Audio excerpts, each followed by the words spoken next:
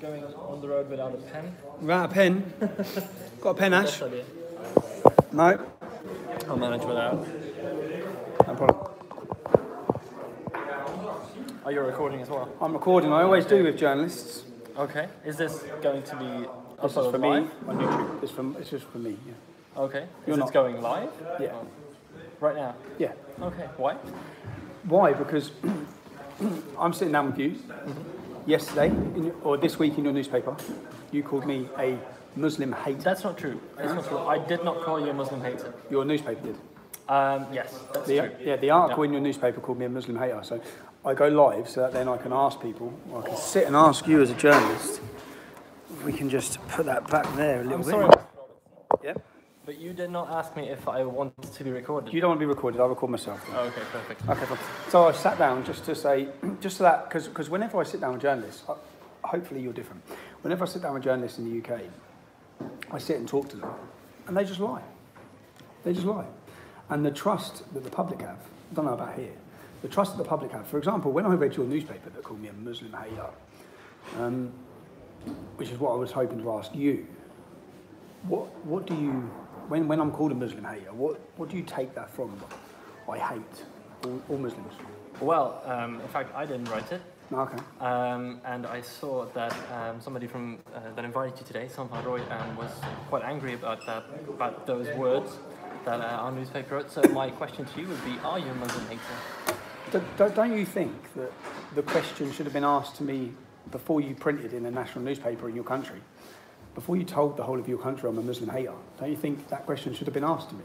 So then you didn't have to just put lies in the national press and make accusations of me in the national press without actually asking me any questions.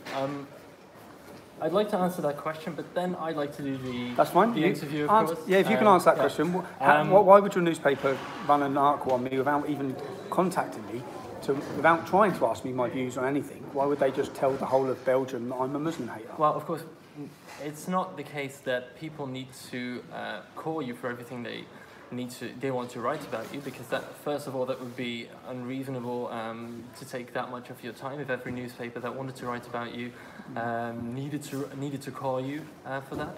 I also think that you've made statements in the past that make clear that you're at least not a fan of Islam. Islam or Muslims?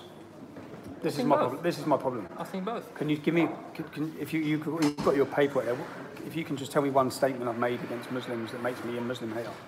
Well, let me see here. You've said Nazism and Islam are opposite sides of the same coin. That's not a very Islam-friendly statement, if I can put it that way. But what we could do is separate an ideology from the people that follow the ideology. So I asked, what is it that makes me a Muslim hater? Not an Islam, not someone who's critical of Islam, not someone who draws violent comparisons of Islam. I asked, what makes me a Muslim hater? Muslims are people. Islam is an idea. So if I make a criticism of an idea, I'm not hating the people that follow that idea. And as in England, everyone has such a hard difficulty understanding this. Okay. And then I'd like to get on with the interview, of course, that's fine. Because I'm the one asking the questions here normally. But I understand that you have those issues. Yep. You've said, or you've called on people to, and correct me if I'm wrong on this, but to make war on Muslims. This is, see for me, this is the most frustrating thing. If I had called on people to make war on Muslims, you're taking a quote from Facebook that no media have got. Is there any evidence of me saying that? Well, the post has been deleted by Facebook. But if I put a post on Facebook, don't you think one single journalist somewhere would have took the copy of that post? Don't you think? I'm Tommy Robinson. Not sure. If I say one wrong word today, it'd be all over the national news. Yeah. So you did not make that statement. Categorically, I did not say let's make war on Muslims. The other post, which I'm accused of, behead those who follow the Quran. Do you really think? Do you think I said behead those who? Do you think? Okay, let's ask another question. Do you think that I would put on my Facebook behead those who follow the Quran, and not one single journalist in the world would screenshot it? And do you also think that the British police would not arrest me for making that comment? first of all, I'm not sure if it was Facebook or Instagram. I'm not exactly sure on that. It was on neither of them. I've never made that post. Okay. I've never made that post. So what that is, unfortunately, is complete fake news. Okay. Then spread around the world. By who? If you want to know, understand why. So I make a documentary. The documentary I make is called Panodrama. It shows and it proves complete cooperation between the BBC, which is it's not the government's, it's supposed to be ours, the public's broadcaster, working with far left organisations, extremist organisations called Hope Not Hate, cooperating and coordinating together to blackmail, intimidate people into giving negative reviews of me. This is all evidenced in a documentary I made. It also shows the main face of the documentary sitting there saying he will create news and he will change the meaning of things I've said and done. He will clip and edit footage. I broadcast that to the world. The next day, Facebook completely removed me without anything. I said nothing. Anyone who follows me, the problem is there's 1.2 million people that follow me on Facebook. So there's 1.2 million people who are fully aware that I didn't say behead those who follow the Quran. There's 1.2 million people who are fully aware that the questions you ask me are just complete lies. And so people are then aware that Nick Clegg is the old... For the record, yeah. I did not ask you any lies. No, not lies on your part. Not lies on your part. No, not lies. I'm not saying. So lies that have been put out about me by Facebook. In response, this is clearly in response to a documentary I made which absolutely destroyed the BBC and their programme Panodrama. Mm-hmm. It proved them creating news. Now, Nick Clegg is in charge of global communications for Facebook. Nick Clegg is the previous deputy prime minister of my country. Nick Clegg used to liaise and be close friends with a man called Mohammed Shafiq. Do you know who Mohammed Shafiq is? No, I'm sorry. Oh, no, so Mohammed Shafiq is a BBC, works with the BBC. Now, he put out, when I got removed from Facebook, he put out a statement saying, I had a meeting with Facebook last week and to tell them about removing Tommy Robinson.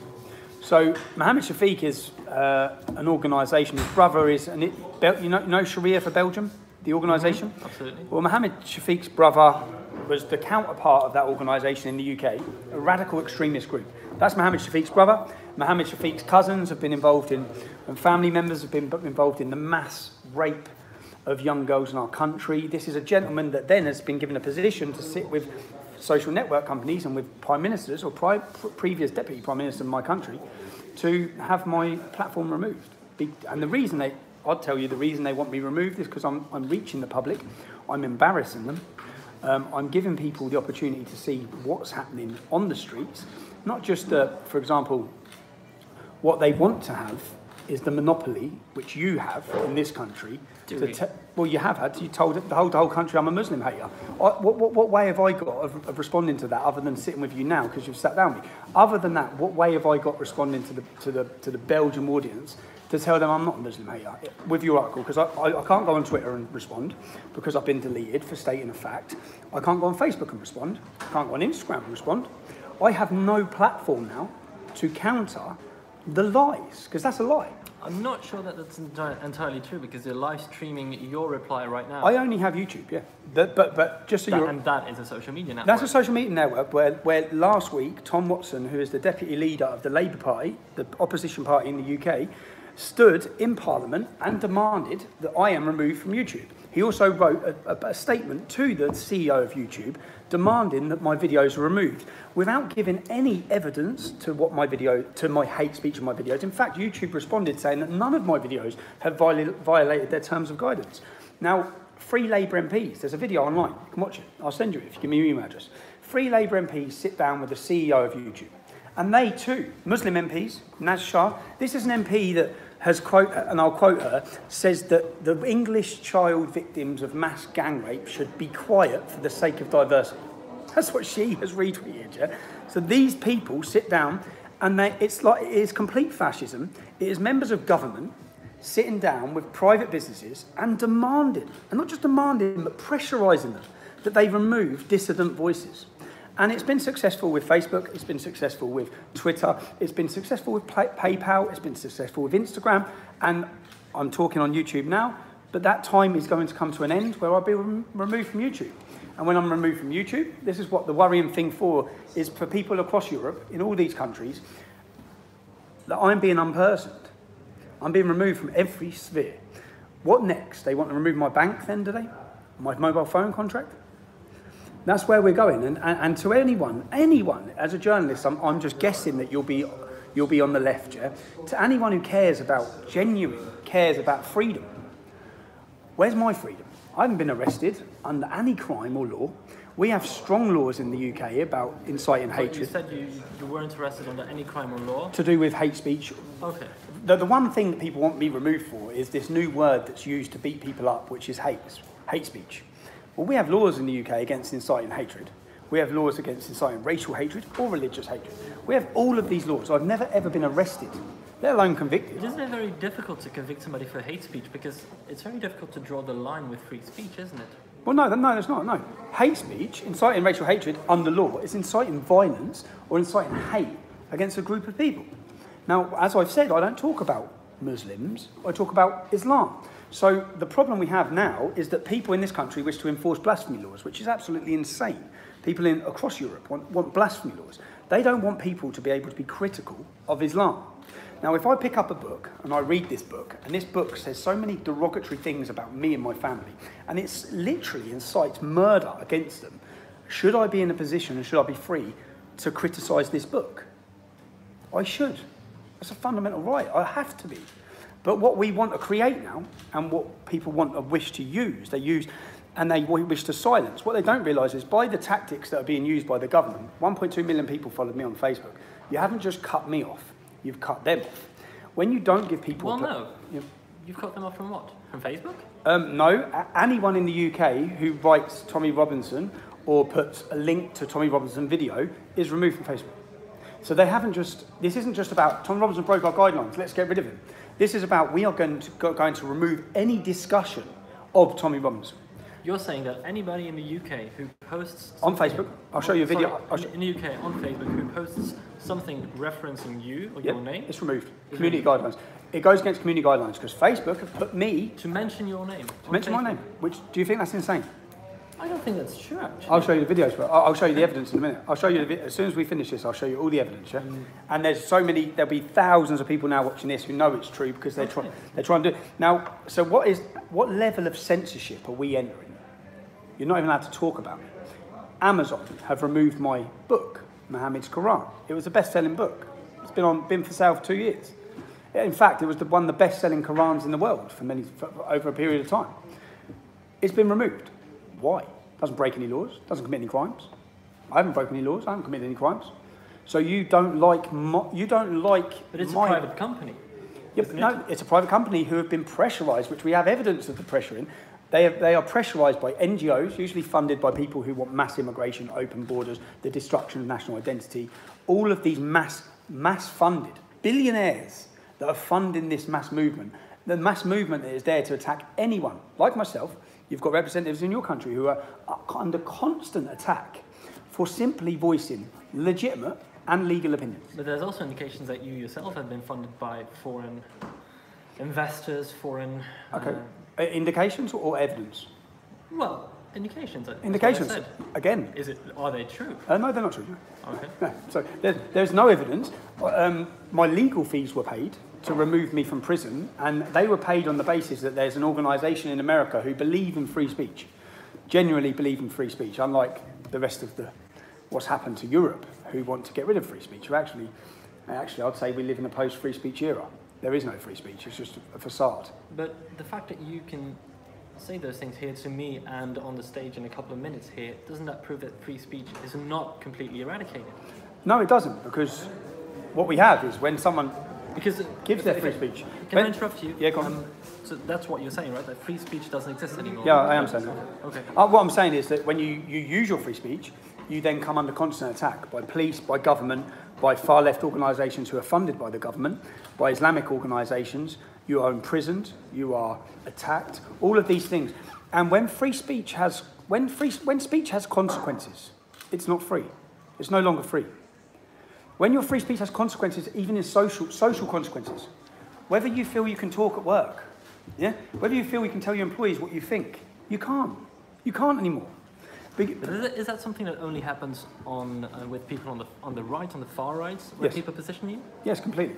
Yeah, because people on the far left, if they say things that they're allowed to say, because that's what I mean. They don't lose. They get consequences too, don't they? Show me one person on the far left who's lost their job for being part of an anti-fascist organisation. Just provide me evidence of one. Well, there's enough people on the left side, on the far left side, who have daily consequences. People taunting them on social media. People going to their house, putting things in their mailbox, like I don't know what it's called. I don't know the English word. I'm sorry. Well, I'm sorry. Well, my point being, people on the left. So they have consequences by people on the right targeting them. That's very different to losing their careers and jobs. So what I'm saying is people on the left are free to tell their employees what they think. People on our side of the fence, for example, you have these NGO organisations, you have them here, we have them in England, who contact your work. They contact your HR department. They demand and they put pressure. And we've seen it, and I've given evidence of it in England, where simply giving you opposition to Islamisation or criticism of an ideology or a book can result in you losing your career and job. And that is intentionally done. And then people like me are used as an example. And then they're beaten and they're attacked and their lives are destroyed because they're supposed to be the example to the rest of the people to say, sit down and shut up. Sit down and shut up, because whether you like it or not, we're going to replace this population. We're going to bring in mass numbers of Islamic immigration, and you're going to be good about it, and you're going to be quiet about it. That's the white genocide theory. I don't have a white genocide theory, no. I talk about the Islamisation, not about white. I didn't mention white. Okay. But is it the same idea? What idea? My idea is... If I'm not mistaken, yeah. And again, correct me if I'm wrong, but the white genocide theory is that whites will be overpowered by people coming in from other countries who have higher birth rates, and eventually will overpower them just by Funny because I'll just bring you back to my experience. I live in Luton. The demographic growth forecast for Luton is that by 2030, this was figures in 2013, is that the white and the black population will increase by 1.3 to 1.4%. Yeah, the white and the black, not white, the white and the black. Okay. The Islamic population will increase by 70 to 77%. Over what time? Over from 2013 to 2030. Yeah. Okay. It's not long to see an increase like that. Yeah? So I specifically have never in my life mentioned white genocide points like this, or that it's a white issue. I talk about a religion and an ideology, yeah? Because the Sikh community in the UK... It's the same mechanism. No, the Sikh community in the UK are not increasing at any given rate. The Hindu community are not. There is no threat. There's no threat to the UK population that the entire country is going to become Sikh. The reality to people, which is concerning, is that the Islamic demographic is changing. And would I care if 20% of the population becomes Sikh in the UK? No, I wouldn't. Do I care that the 20% of the population will become followers of Islam? Yeah, because there's good reason to. Because we currently have 5% of the UK follow Islam. 5%. Out of that 5%, we have 22,000 of them on a terror watch list. 3,000 of those people are followed 24 hours a day, 7 days a week. Yeah? That costs us £9 billion a year. 2,000 out of that population have gone to fight for ISIS. 33% of child deficits, of child disabilities are from that population. All of these problems that come, whether it be female genital mutilation, they're all genuine concerns and problems. 90% of grooming gang convictions in my country, sexual rape in gangs, is from the Muslim population. 90%. Yet they only make up 4%, 5% of the population. So these are all genuine fears and concerns that you would sit there, and if I took the Sikh community, if I said, right, that's the Islamic community, let's look at the Sikh community, I don't know what I'm going to say to you, because there's no problems coming from it. Now, so obviously, this isn't about white or black or brown. This is about a problem coming from an ideology and its followers and the problems are linked to the ideology and the book that we need to criticise and bring forward, not to do with them being brown. Because as I said, the Sikh community, I can't pick any faults. In fact, what I will tell you about the Sikh community is they're the highest proportion of property owners. They're the highest proportion of business owners. Can I interrupt you? Yeah. Because this interview is not about the Sikh community, obviously. No, but you mentioned white genocide, so I thought I'd clearly point out to you the difference of what I'm talking about has nothing to do with the colour of someone's skin. Okay. Because I actually would welcome more Sikhs. So you don't agree with my newspaper writing that you're a Muslim hater, then would it be more accurate to say that you're a hater of Islam? I'm a hater of Islam. If you're going to describe me as a hater of Islam, will you describe Islam as a hater of me? Would you describe Islam as a hater of me? Because after all, Islam is not a person. No, but there's a manifesto in Islam. There's a manifesto which tells them that as a non-Muslim, must be subjugated. Islam is not one big The brick. Quran, okay, the Quran. Will you describe Muhammad as a hater of non-Muslims? You wouldn't dare. I'm not a specialist. You wouldn't dare, bro. You wouldn't dare, because you'd lose your job and someone would probably come and try to slot you. Well, that's your opinion, but I'm not a specialist. I'm not a specialist on Quran. I'm not a specialist on Muhammad. Okay, so let me ask you a question. If you're going to be true and honest, Muhammad beheaded 600 people. Yeah? Muhammad enslaved women. Muhammad had sex with a child who married her at 6 and had sex with her at 9. Would you, just as a basic standard man, can you describe what would you have to say about Muhammad? Would you call him a great man, a nice man, a moral man? Again, I'm not a specialist on Muhammad. What about a man who has sex with a 9-year-old? What do you have to say about him? I can only say this because obviously what you're talking about, I don't know those facts, and also I've been given indications that the interview is coming too close. I think the interview's coming too close. I wouldn't agree. I wouldn't find those elements that you told me, whether they're facts or not. I wouldn't find those very good. Very good. Yeah. Okay, so we agree that Muhammad's not very good. Well, if Muhammad did that, I would say that it wasn't that he did wrong. Yeah. So would you agree then that if Muhammad did that, would you agree that to have Muhammad put up as on a pedestal as a man, if you understand, Muslims believe Muhammad was perfect. Yeah. So are we right? Am I right to say no? He's not perfect. No, this is wrong. This is wrong. This is wrong. And we cannot have people emulating this man in Europe and believing it's acceptable to emulate the teachings and beliefs of Muhammad. Because that's all I'm doing, bro. And so in that way, you hate the religion, but not the practitioners of the religion. I hate anything that incites murder, rape. Okay. And unfortunately, that's what the Quran does. Okay, that's clear. Thank you very much. Cool, man. Thank you very much. Cheers. We're going into a conference in here. The conference is on free speech. We're invited by Philip de Winter and his political party. Dat was heel goed. Dan moeten we meer zulke interviews. I don't know if that interview went the way he thought it was going to go, but it was interesting. Belgium. I'll maybe go live. I want to have a real rant about Cambridge. I'm just going to do it after this conference. There's a conference with our video as we go in. You can stay live if you want. Do you want to watch it? Sorry. Let me just...